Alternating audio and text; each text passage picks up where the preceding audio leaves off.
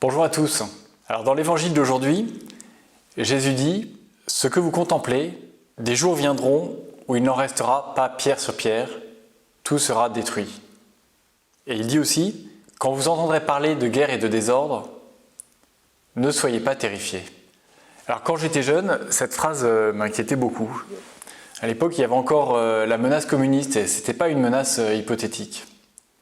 Aujourd'hui, au contraire, elle m'apaise. Peu importe ce qui peut m'advenir, je sais que le Seigneur m'aime et qu'il m'accompagne. Il est avec moi tous les jours de ma vie. Chaque soir, si j'écoute et si je regarde bien ce qui s'est passé dans ma journée, je vois qu'il était avec moi dans une rencontre, un sourire, dans une phrase lue sur Internet, sur les réseaux sociaux, dans une frange de lumière sur un nuage au soleil couchant. Oui Seigneur, c'est toi ma forteresse et mon roc. Auprès de toi, je ne crains rien. En arrivant à Neuilly, mon premier engagement dans la paroisse a été le groupe de foyer interconfessionnel. En effet, ma femme est protestante.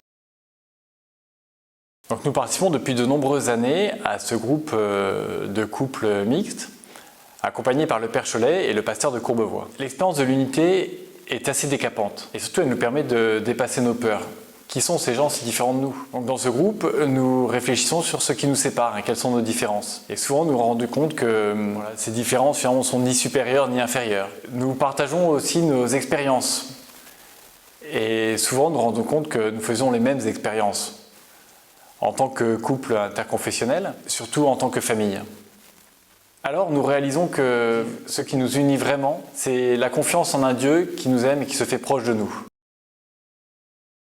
Voilà, cette expérience d'unité en Dieu, par-delà nos différences et nos conflits, elle est réconfortante et elle est source d'espoir.